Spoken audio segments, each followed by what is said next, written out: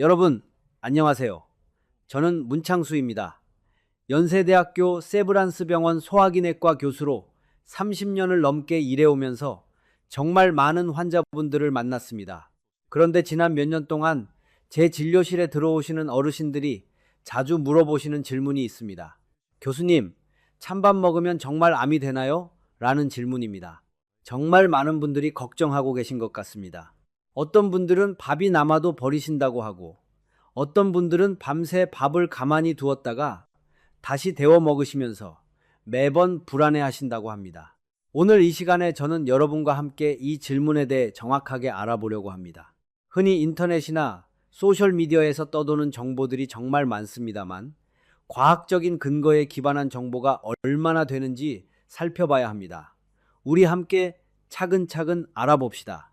먼저 말씀드리고 싶은 것은 이겁니다. 지금까지 찬밥이 암을 유발한다는 것을 증명한 신뢰할 만한 의학 연구는 존재하지 않습니다. 제가 간단히 말하는 것이 아니라 대한의학회, 질병관리청, 그리고 미국의 여러 의학기관들도 모두 동일한 결론에 도달했습니다. 따라서 여러분은 이 부분부터 먼저 안심하셔도 좋습니다. 그렇다면 왜 이런 말들이 자꾸만 떠도는 걸까요? 그리고 실제로 찬밥을 먹고 배가 아픈 분들은 왜 생기는 걸까요? 정확히는 뭐가 문제일까요? 그리고 오이가 딸을 부리고 있고로 부리고 있고로 이것이 오늘 우리가 자세히 알아볼 내용입니다. 우리 함께 이 문제를 하나씩 풀어나가 봅시다. 오늘 알려드릴 세 가지 내용을 기억해 두시면 앞으로 밥상에서 훨씬 편해질 것입니다. 첫째, 찬밥의 정말 진실이 뭔지 알게 되실 것입니다. 둘째, 배가 아픈 진짜 원인이 뭔지 알게 되실 것입니다. 셋째, 오히려 찬밥을 올바르게 사용하면 건강에 어떤 도움이 될 수 있는지 알게 되실 것입니다. 그럼 지금부터 시작하겠습니다. 먼저 쌀밥의 기본부터 이야기해 봅시다. 우리가 매일 먹는 밥, 그 주성분이 뭘까요? 바로 전분입니다. 쌀을 불에 지지면 쌀 속의 전분이 호화라는 과정을 거칩니다. 이 말은 전분 입자들이 부풀어 올라서 더 부드럽고 더 소화하기 쉬운 형태로 변한다는 뜻입니다. 지금 여러분이 먹고 있는 따뜻한 밥은 바로 이렇게 호화된 전분 상태입니다. 자, 이제 밥이 식으면 어떻게 될까요? 마법 같은 일이 일어납니다. 전분 입자들이 다시 한번 재배열을 시작합니다. 더 단단하게 엉킵니다. 물론 밥의 겉보기는 변하지 않습니다만 분자 수준에서는 상당한 변화가 일어나고 있다는 것입니다. 이것이 바로 찬밥이 조금 딱딱해 보이는 이유입니다. 그런데 이 과정이 뭔가를 우리 몸에 해로운 물질로 만들어낼까요? 절대 그렇지 않습니다. 그것은 단순한 물리적 변화일 뿐입니다. 마치 빵이 식으면 딱딱해지는 것처럼 말입니다. 빵이 식는다고 해서 독이 생기지 않듯이 밥도 마찬가지입니다. 여기서 중요한 포인트는 이것입니다. 많은 사람들이 찬밥과 다른 음식들을 혼동합니다. 예를 들어 질산염이 많이 들어있는 음식들, 예를 들어 절인 무, 훈제고기 또는 오래된 가공식품들을 여러 번 데우면 일부 화학물질이 생성될 수 있습니다. 하지만 밥은 이런 성분들을 포함하지 않습니다. 따라서 그런 메커니즘이 적용되지 않습니다. 밥은 밥일 뿐입니다. 그렇다면 왜 일부 사람들은 찬밥, 데운 밥을 먹은 후 배가 아프다고 할까요? 이 질문이 정말 중요합니다. 여기가 바로 착각이 일어나는 지점입니다. 그 답은 놀랍게도 밥 자체에 있지 않습니다. 그 답은 박테리아에 있습니다. 자연계에 아주 흔히 존재하는 박테리아가 하나 있습니다. 바실러스 세레우스라는 이름의 박테리아입니다. 이 박테리아는 쌀 속에서 아주 흔히 발견됩니다. 실은 쌀이 논에 자라는 순간부터 이미 이 박테리아가 있을 수 있습니다. 그런데 우리가 쌀을 끓일 때 고온에서 조리하면 대부분의 박테리아가 죽습니다. 하지만 바실러스 세레우스는 꽤 똑똑합니다. 이 박테리아는 포자라는 형태로 변신할 수 있습니다. 마치 동면 상태로 들어가는 것처럼 말입니다. 이 상태의 포자는 열에 매우 강합니다. 따라서 밥을 아무리 뜨겁게 지어도 일부 포자는 살아남아 밥 속에 남아있을 수 있습니다. 밥이 따뜻할 때는 괜찮습니다. 우리 몸의 소화체계가 이 정도의 박테리아를 충분히 처리할 수 있기 때문입니다. 문제는 밥이 실온에 오래 방치될 때 시작됩니다. 특히 우리나라처럼 날씨가 덥고 습한 환경에서는 더 위험합니다. 밥이 따뜻한 상태의 온도에 놓여 있으면 포자들이 깨어나기 시작합니다. 그리고 증식을 시작합니다. 정말 빠르게 증식합니다. 단 몇 시간 안에 박테리아의 수가 기하급수적으로 늘어날 수 있습니다. 문제는 여기서 끝나지 않습니다. 박테리아들이 증식하면서 독소를 분비합니다. 바로 이 독소가 복통, 구역질, 설사 또는 가벼운 식중독을 유발합니다. 사람들이 찬밥 때문에 배가 아프다고 생각하는 것은 사실 이 독소 때문입니다. 밥 자체 때문이 아니라 부적절하게 보관된 밥에서 박테리아가 번식했고 독소가 생겼기 때문입니다. 여기서 또 하나 중요한 사실이 있습니다. 이 박테리아가 분비하는 독소 중 일부는 열에 매우 강합니다.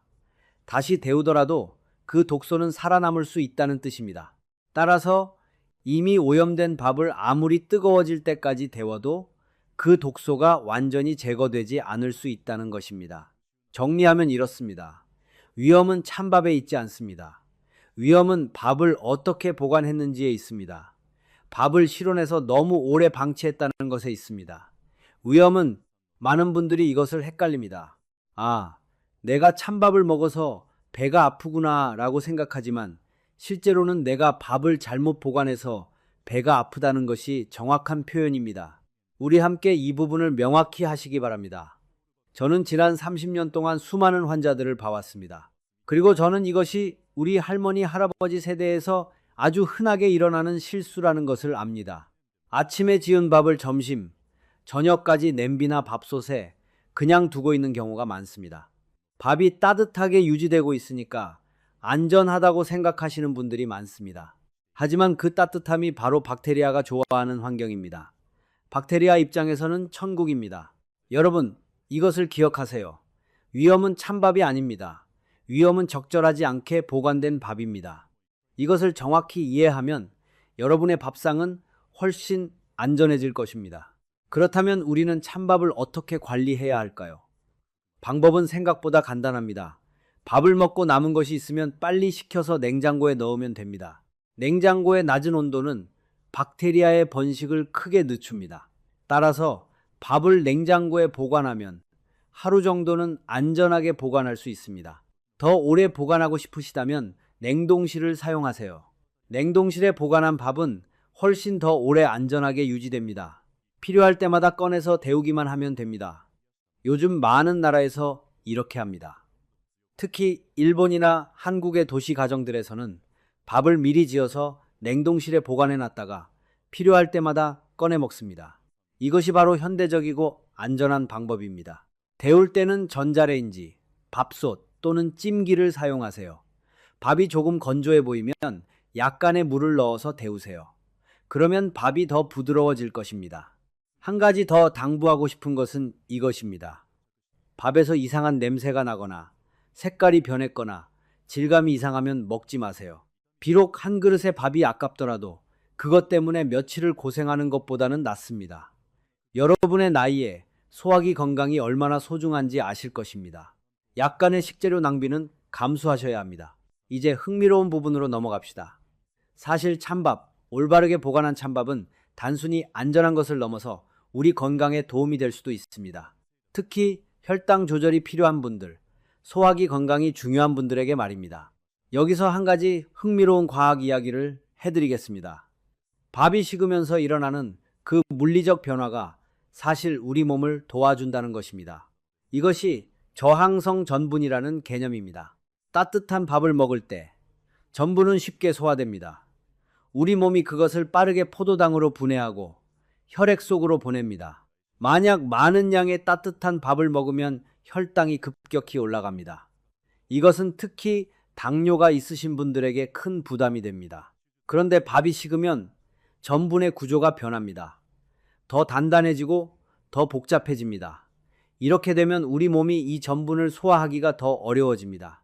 그리고 여기서 매우 중요한 일이 일어나는데요. 저항성 전분은 소장에서는 소화되지 않고 대장까지 내려갑니다.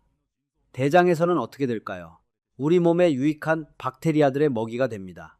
여러분의 장 속에는 수조개에 유익한 박테리아들이 살고 있습니다. 이들이 건강할 때 우리는 더 잘 소화하고 더 좋은 면역력을 가지게 됩니다. 저항성 전분은 바로 이런 좋은 박테리아들의 음식입니다. 따라서 올바르게 보관한 찬밥을 먹으면 혈당 상승이 더 완만해집니다. 여러 연구에서 이것이 증명되었습니다. 따뜻한 밥을 먹는 것보다 찬밥을 먹는 것이 혈당 수치를 더 안정적으로 유지한다는 것입니다. 당뇨가 있으신 분들에게는 이것이 정말 중요한 정보입니다. 그 외에도 저항성 전분은 포만감을 더 오래 유지시켜 줍니다. 따라서 밥을 먹고 나서 더 오래 배고픔을 느끼지 않게 됩니다. 이것도 식단 관리에 도움이 됩니다. 또한 저항성 전분은 대장 건강을 개선하는 데 도움을 줍니다. 변비가 있으신 분들, 소화가 잘 안 되시는 분들에게 특히 유용합니다. 정리하면 올바르게 보관한 찬밥은 단순히 안전할 뿐만 아니라 건강상 이점도 많다는 것입니다. 물론 이것은 밥을 제대로 보관했을 때만 해당된다는 것을 잊지 마세요. 이제 혈당 관리에 대해 좀 더 자세히 이야기해 봅시다. 특히 당뇨나 고혈압이 있으신 분들에게 중요한 내용입니다. 많은 분들이 당뇨 진단을 받으면 밥을 먹기가 무서워집니다. 밥을 먹으면 혈당이 올라가지 않을까? 라는 생각에 밥의 양을 극단적으로 줄이시는 분들이 있습니다. 절반의 밥만 먹으신다는 분들도 많습니다. 하지만 이것은 필요한 에너지를 충분히 섭취하지 못하게 합니다. 우리는 탄수화물이 필요합니다. 문제는 탄수화물을 피하는 것이 아니라 어떤 탄수화물을 어떻게 먹느냐 하는 것입니다. 가장 간단한 방법은 밥을 먹는 순서를 바꾸는 것입니다. 밥을 가장 마지막에 먹으세요. 먼저 야채를 먹으세요. 야채의 섬유질이 먼저 위와 장에 들어가면 나중에 들어오는 탄수화물의 흡수를 늦춥니다. 그 다음 단백질을 먹으세요. 생선, 계란, 두부, 지방이 적은 고기 같은 것들입니다. 단백질도 탄수화물 흡수를 늦춥니다. 그리고 마지막에 밥을 먹습니다. 이렇게 하면 혈당 상승이 훨씬 완만해집니다. 또 다른 방법은 밥의 종류를 바꾸는 것입니다. 백미 대신 현미나 좋아진 현미밥을 먹는 것입니다. 이들은 섬유질이 더 많아서 혈당을 더 천천히 올립니다. 그리고 우리가 방금 이야기한 방법, 찬밥을 사용하는 것입니다. 아침에 밥을 지어서 냉장고나 냉동실에 보관했다가 필요할 때 데워 먹습니다.